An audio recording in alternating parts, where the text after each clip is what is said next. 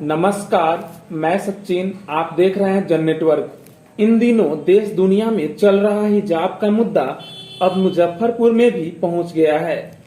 मुजफ्फरपुर के एमडीडीएम कॉलेज में रविवार को हिजाब को लेकर जमकर हंगामा हुआ। परीक्षा में चेकिंग के दौरान कान में ब्लूटूथ होने की आशंका पर जब मास्टर साहब ने हिजाब पहने लड़कियों को कान दिखाने को कहा तो लड़कियां भड़क उठी और फिर बवाल हो गया। दरअसल एमडीडीएम कॉलेज में इंटरमीडिएट के लिए सेंटअप एग्जाम चल रहा है। इस परीक्षा में समान प्रक्रिया के तहत सभी लड़कियों की जांच किया जा रहा था, लेकिन मामला तब शुरू हुआ जब कान में ब्लूटूथ होने की आशंका पर शिक्षक ने एक छात्रा को कान दिखाने के लिए कहा, जिसके बाद हिजाब पहनी कुछ लड़कियां ने भड़क गईं और परिजन को बुला लिया। हंगामा होने पर पुलिस भी पहुंच गई। बाद में प्रिंसिपल ने लड़कियों को समझाया और मामले को शांत कराया। देखे पूरी मामला पर प्रिंसिपल डॉक्टर तनुप्रिया मैम का क्या कहना है। क्या दिक्कत है? हम लोग क्लास में गए, उसके बाद बोल रहे हैं कि मतलब पेपर दे रहे थे हम लोग बैठ के आराम से। उसके बाद कहते हैं कि हिसाब खोलो अपना, और वो टीचर थे, लेडीज टीचर नहीं जेंट्स टीचर, बोलते हैं हिसाब खोलो, कान दिखाओ, तुमने ब्लूटूथ लगाया। ठीक है, हमने कान दिखाया, बोला ठीक है कान देखो, ब्लूटूथ नहीं है हमारे कान में। फिर कहते इसको खोल के हटाओ, कान के नाम पे तुम लोग फायदा उठाते हो, ये करते हो वो करते हो, खाती कहीं और का, खाती कहीं और का।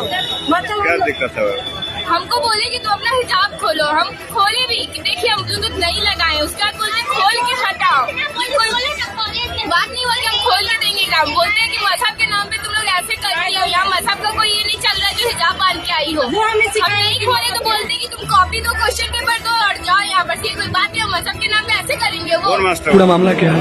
क्लास में कुछ लड़कियां हैं जो ऑब्जेक्शन कर रही थी कि सर ने मेरा स्कार्फ निकलवा दिया है। तो मैंने उसको बताया था कि ये जो स्कार्फ है ये मतलब लगाई हो तुम बहुत अच्छा, लेकिन ईयरपोर्ट्स वगैरह लगा के चीटिंग करते हैं लोग, इस वजह से सर ने बोला था कि स्कार्फ निकाल देना है। तो उस पर वो लोग करने लगी कि हम लोग का रिलीजन है ये वो। तो जब किसी फंक्शन वगैरह में ये लोग जाती हैं तो उस वक्त उनका दुपट्टा कहाँ जाता है, और एग्जाम के वक्त इन लोगों को अचानक से अपना रिलीजन याद आ जाता है, जिसकी वजह से सवाल इन लोगों पे कम और रिलीजन पे ज्यादा उठाया जाता है। ये जो हिजाब के मामले उठ रहे हैं, क्या सच्चाई है इसमें? टीचर के द्वारा उनको बोला गया हिजाब हटाने के लिए, फिर उनको धन को लेकर कोई हिजाब हटाने कभी नहीं बोले किसी बच्चे को, सिर्फ इतना बोले हैं कि तुम लोग अपने कान खुले रखो। अच्छा। बस दैट्स इट। तो उस पे लड़कियों ने क्या कहा?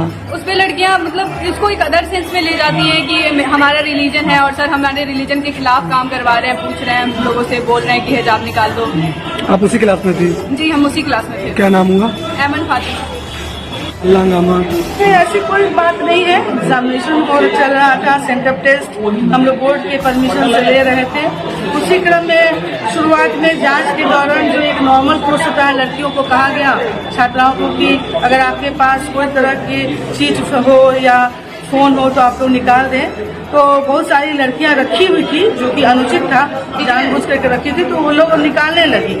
इसी क्रम में एक लड़की जो कि हिजाब पहनी हुई थी, उसको टीचर ने कहा कि तुम अपना कान दिखाओ, क्योंकि ब्लूटूथ वगैरह भी यूज होता है और रखे रहते हैं लोग। तो उसने कहा कि नहीं मैं नहीं दिखाऊंगी।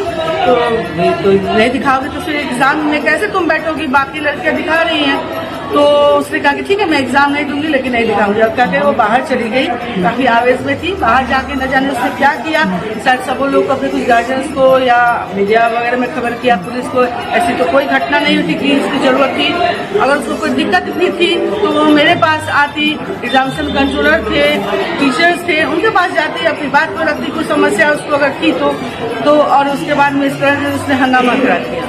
यहाँ मैं एक बात जरूर स्पष्ट करना चाहूंगी कि जैसा कि यूनिवर्सिटी का आदेश हुआ है, शिक्षा मंत्री ने भी ऐसा आदेश दिया है और सर्कुलर हुआ है कि 75% तो अब सच में वाकई इसको लागू किया जाएगा। तो जो भी लड़की सेंटअप अभी दे रही है उन लोगों के लिए भी मैं खास संदेश देना चाहूंगी। सेंटअप देने का मतलब यह नहीं कि क्लासेस नहीं होंगे, इसके बाद भी क्लासेस होंगे, और उनका अगर अटेंडेंस कम होता है तो वो क्लासेस करें, अटेंडेंस 75% पूरी करें और तब उनकी तलाशी के दौरान उन लोगों के पास से क्या बरामद हुआ है? लड़कियों के पास मोबाइल बरामद हुआ। कितनी संख्या उस मोबाइल के? 15-20 था जो लड़कियों के पास बरामद हुआ। और जो इस तरीके का स्टेप उठाया गया है अभ्यर्थी के द्वारा, तो क्या आपके तरफ से या कॉलेज प्रशासन देखिए, के ये द्वारा ऐसा हर एग्जाम में हम लोग देखते हैं कि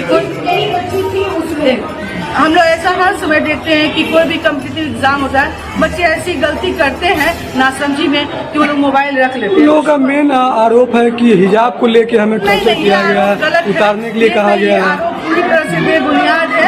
आपने छात्राओं से भी आपने देखा है कि उनके पास 15-20 मोबाइल मिले हैं। उसी क्रम में उस लड़की को कहा गया, उस लड़की ने मना कर दिया कि वो नहीं दिखाएगी ब्लूटूथ वगैरह का, और उसने एक इसको धर्म का नाम से जोड़ दिया, जो कि बहुत शर्मनाक बात है। क्योंकि शिक्षा मंदिर में अगर आप धर्म को जोड़ते हैं, जात को जोड़ते हैं, तो बहुत ही गलत बात है। और जहाँ तक कि हमारे महाविद्यालय की बात है, तो यहाँ लड़कियाँ भीतर आते ही सबसे ज्यादा सुरक्षित माहौल में है, इसलिए असुरक्षा की तो कोई बात ही नहीं होती। क्या परिचय हो गया मैम? जी, मैं इस कॉलेज की प्रिंसिपल हूँ। जैसा अंदेशा आ रहा है, जैसा लग रहा है कि इसके पीछे हो न हो कुछ लोग लगे हुए हैं जो बिना वजह इस महाविद्यालय का नाम खराब करने में लगे हुए हैं और शैक्षणिक माहौल को खराब करने की कोशिश में लगे हुए हैं। वो कौन लोग हैं मुझे इसकी जानकारी नहीं है, लेकिन निश्चय ही कि एक 11th-12th की लड़की इतना गलत काम कर सकती है, इतना देर कर सकती है, यह बहुत ही आश्चर्यजनक बात है।